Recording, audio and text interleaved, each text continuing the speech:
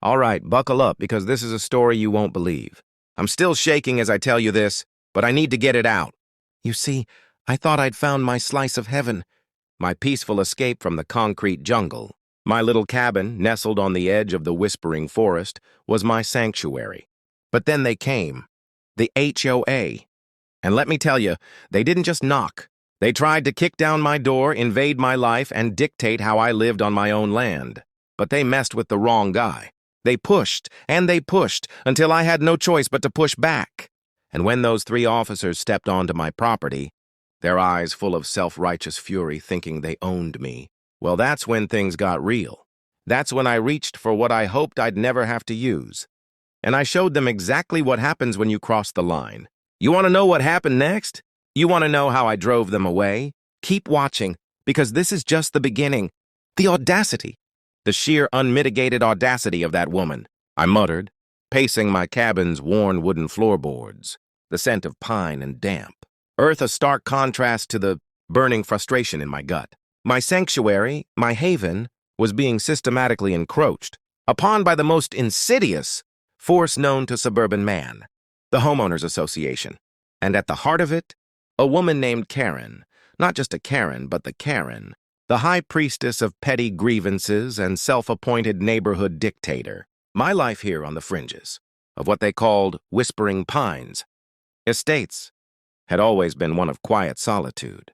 My cabin, a sturdy, rustic structure built by my grandfather, sat on nearly 5 acres of dense forest, a winding dirt path the only connection to the paved streets and manicured lawns of the development. I cherished the peace, the rustle of leaves, the distant call of an owl. My nearest neighbor, a good mile away, was an elderly gentleman who kept to himself. I thought I was beyond the reach of suburban woes. I was wrong. It started subtly, a polite letter in my mailbox, printed on pristine HOA letterhead. It was about my unapproved exterior paint color.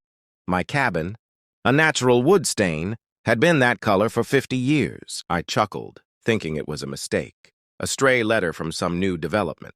I tossed it in the fire pit. Then came the second letter, more stern this time, referencing unsightly, vegetation, and non-conforming.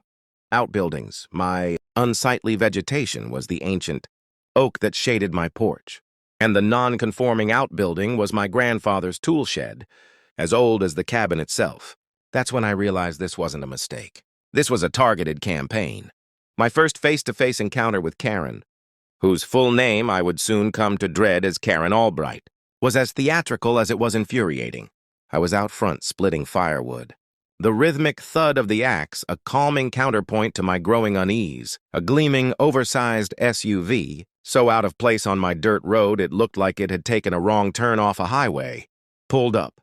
The window, tinted to an almost opaque black, hummed down to reveal a perfectly coiffed blonde bob and eyes that could laser-etch steel. "Mr. Khan, I presume?" she began, her voice a practiced blend of saccharine politeness and thinly veiled menace. "It's just Khan, and yes," I replied, leaning on my axe handle, trying to keep my tone neutral. "Can I help you?" "I am Karen Albright, president of the Whispering Pines Estates Homeowners Association," she announced, as if that title alone should make me genuflect. Beside her, a man I later learned was Bob. The HOA treasurer nodded gravely, looking like a nervous lapdog. In the back, peering over Bob's shoulder, was a woman with a perpetually pursed mouth. Carol, the HOA secretary. The three musketeers of misery. "Yes, I received your communications," I said, a slight edge creeping into my voice. "Good. Then you understand why we're here," Karen continued, her gaze sweeping over my property like a hawk assessing its prey. "Your property, while technically outside the initial development, falls under the new expanded bylaws due to its proximity and shared access roads." "Shared access roads?" I scoffed. "This dirt path has been here longer than your estates even existed. It leads to my property, not through your development." "Regardless," she pressed on, ignoring my protest, "your rustic aesthetic is bringing down the property values of our esteemed community. We have had numerous complaints. The unpainted wood, the overgrown foliage, the general wildness, it simply won't do." My jaw tightened. "My wildness is called nature, and this is my property. I own it. I pay taxes on it. You have no jurisdiction here. Karen's smile didn't waver, but her eyes narrowed just a fraction. Mr. Khan, we are simply trying to maintain a certain standard. Your property is an eyesore. We expect you to comply with the aesthetic guidelines. That includes painting your cabin a pre-approved neutral tone, trimming back your forest, and removing that rather dilapidated shed. And if I don't? I asked, my voice dangerously low. She leaned forward, a predatory glint in her eyes. Then, Mr. Khan, we will be forced to take further action. There are fines. There are liens. And if necessary, there are legal avenues we are prepared to pursue to ensure compliance. Consider this your final warning. We expect to see progress within 2 weeks. Good day. With a silent whir, the window rolled up, and the SUV, as if on cue, turned in a tight circle and rumbled back down my dirt path, leaving a plume of dust in its wake. I stood there, axe still in hand, watching it disappear, my heart pounding with a mixture of rage and disbelief. This was just the beginning, I knew it, and I had a sickening feeling that Karen Albright wasn't one to back down. The peace of my forest was officially shattered. 2 weeks came and went, and not a single branch was trimmed, nor a single drop of paint applied to my cabin.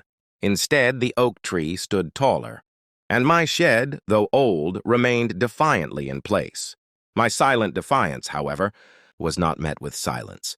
From the HOA, Karen and her cronies were just getting started.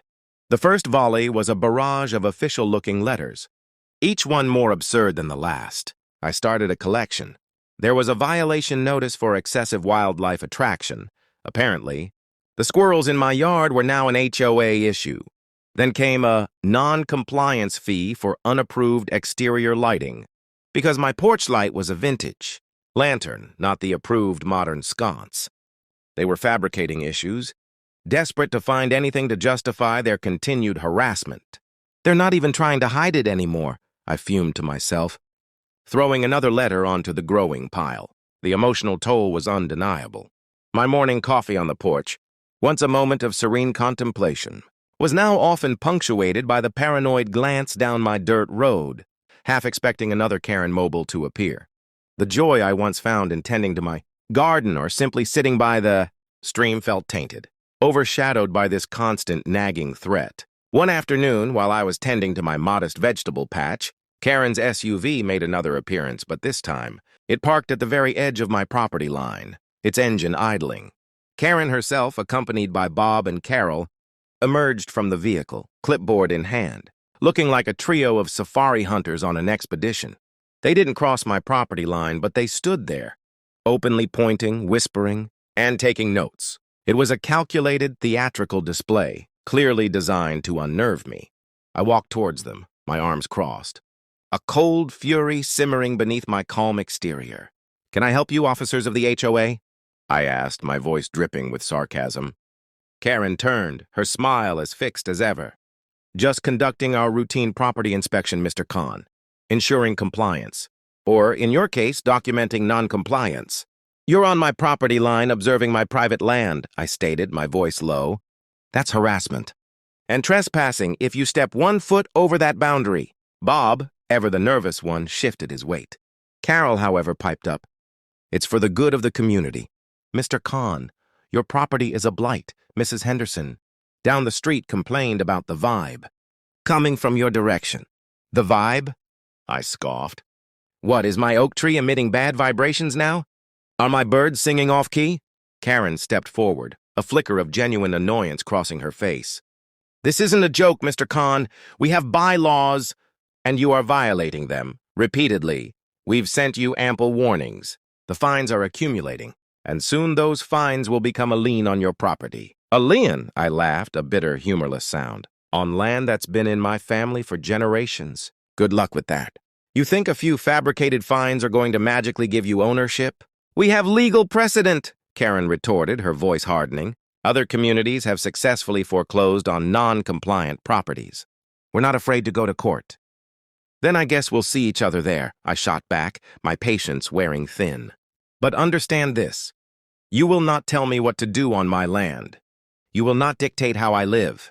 This isn't your pristine little cookie-cutter development out here. This is my home. This home is a detriment to our property values."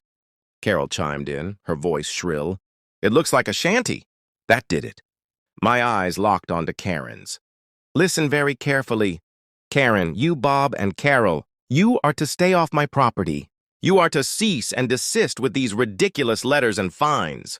If I see you harassing me or trespassing again, I will consider it a threat, and I will act accordingly. A chilling silence descended. Karen's smile finally faltered.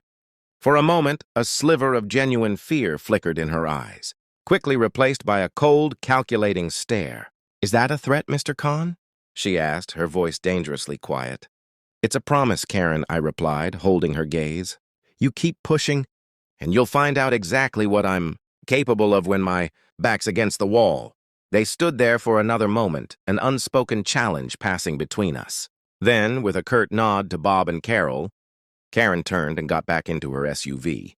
They drove away, but this time there was no triumphant dust cloud, just a thick, oppressive silence that seemed to hum with unresolved tension. I knew then that this wasn't just about fines or bylaws anymore. This was personal. And Karen, with her endless resources and unwavering sense of entitlement, was about to escalate things in a way I couldn't have possibly imagined. I could feel it in my bones. Something truly shocking was coming. The shocking escalation didn't take long. After our tense confrontation at the property line, the HOA's tactics took a darker turn. They weren't just sending letters anymore. They were actively trying to make my life a living hell. Mysterious puddles of what smelled, suspiciously like stale. Coffee would appear on my porch. My mailbox would be crammed, with junk mail addressed to the forest. Freak. I even found my bird feeder, which I'd meticulously crafted, smashed to pieces at the base of the oak. It was petty, vindictive, and undeniably designed to wear me down. But they underestimated me. They saw a man who cherished peace and mistook it for weakness. What they didn't realize was that my quiet life had given me ample time to think, to research, and to find the chinks in their meticulously constructed armor. I spent weeks poring over old land deeds, county records, and obscure legal texts. My grandfather, a shrewd man, had left a paper trail that was a fortress of legal protection. And then I found it. A clever loophole, a forgotten clause, a legal declaration from the 1950s that explicitly stated my property. The Whispering Glen was an independent parcel, irrevocably exempt from any future HOA jurisdiction unless explicitly agreed upon by the landowner. My grandfather had foreseen it all. The time for passive resistance was over. It was time for the big showdown. I sent Karen a certified letter, not from me, but from a lawyer I'd quietly consulted, outlining my findings and demanding an immediate cessation of all harassment, fines, and communication. I attached copies of the old legal documents. The response I got was an enraged phone call from Karen herself, bypassing my lawyer, her voice vibrating with barely contained fury. "What is this nonsense, Mr. Khan?" she shrieked into the phone. "This document is ancient. It means nothing. You think you can just pull some dusty paper out of an attic and negate established bylaws? It's not dusty paper, Karen. It's a legally binding declaration recorded with the county clerk," I calmly informed her. "And it explicitly states that my property is not subject to your HOA. Never has been. Never will be. You have no legal standing here. You are trespassing, harassing me, and attempting to extort money under false pretenses. You are delusional," she screamed. "We will send our own officers there. We will remove your eyesore of a shed. We will trim your trees. We will enforce our rules with or without your cooperation. You send anyone onto my property, Karen," I said, my voice dropping to a dangerous whisper, "and you'll be dealing with more than just a lawyer." I hung up. I knew she wouldn't back down, not Karen. Her pride, her power, her entire self-worth was tied to her authority over the HOA. So I prepared. I installed discreet cameras. I made sure my property was clearly marked with "No" trespassing signs that explicitly cited the county code for private land, and I ensured that my grandfather's old hunting rifle, a reliable Remington 700, was easily accessible, cleaned, and loaded. I hoped with every fiber of my being that I wouldn't have to use it, but I wouldn't be caught unprepared again. The inevitable confrontation came 3 days later. I was having breakfast, the morning sun streaming through my kitchen window, when I heard the unmistakable crunch of tires on my dirt road. Not just one vehicle this time, but 3. Karen's SUV, Bob's sedan, and an unfamiliar pickup truck with HOA Enforcement Services emblazoned on the side. Out of the truck stepped two burly men in matching uniforms, not police, but private security hired muscle. They marched onto my property, past my signs, past my boundary markers, Karen, Bob, and Carol trailing behind them, looking triumphant. My heart hammered against my ribs, but a cold resolve settled over me. This was it. The line had been crossed. I walked out onto my porch, the rifle held casually in my hands, pointed towards the ground but clearly visible. "Get off my property!" I roared, my voice echoing through the quiet forest. The two security guards, initially startled, recovered quickly, their hands moving towards their holstered tasers. Karen, however, froze dead in her tracks, her face draining of all color. "Mr. Khan, what is the meaning of this?" she stammered, her voice suddenly devoid of its usual power. "The meaning, Karen," I said, raising the rifle just slightly, so the barrel was now pointing, directly at the ground in front, of the lead security guard's feet, "is that you are trespassing. You brought hired goons onto my land. This is private property, and I am exercising my right to defend it and myself." The lead security guard, a beefy man with a handlebar mustache, took a step back. "Sir, we're just here to enforce HOA bylaws." "You are here to break the law," I countered, my voice steady. "And I am telling you, for the last time, to leave, now, or the next sound. You hear will be a bullet casing, hitting the ground." Karen was pale, her eyes darting between me and the rifle. Bob and Carol looked terrified. The security guards, clearly not expecting armed resistance for an HOA dispute, exchanged uneasy glances. They were paid to intimidate, not to face down a man defending his home with a legal weapon. "Karen," the lead guard said, his voice hesitant, "this isn't worth it." "He's within his rights." Karen opened her mouth to protest, but no sound came out. The power had shifted. She saw it in my eyes, in the steady grip I had on the rifle. She had pushed too far. Slowly, reluctantly, the two security guards turned and headed back to their truck. Bob and Carol, looking utterly deflated, scurried after them. Karen stood there for a moment longer, her chest heaving, her eyes burning with a mixture of hatred and defeat. She stared at me, then at the rifle, then back at me. Finally, with a choked sound, she spun around and stormed back to her SUV. The three vehicles turned around, their tires spitting gravel, and sped back down my dirt path, disappearing from view. I stood there, the rifle still in my hand, my heart still pounding, but a wave of relief, potent and sweet, washing over me. I had driven them away. I had defended my home. But as I lowered the rifle, a chill ran down my spine. Karen Albright wouldn't forget this. This wasn't over.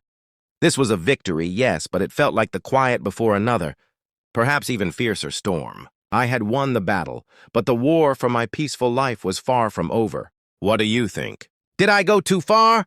Would you have done the same? Let me know in the comments below. And don't forget to hit that subscribe button, because something tells me you won't want to miss what happens next.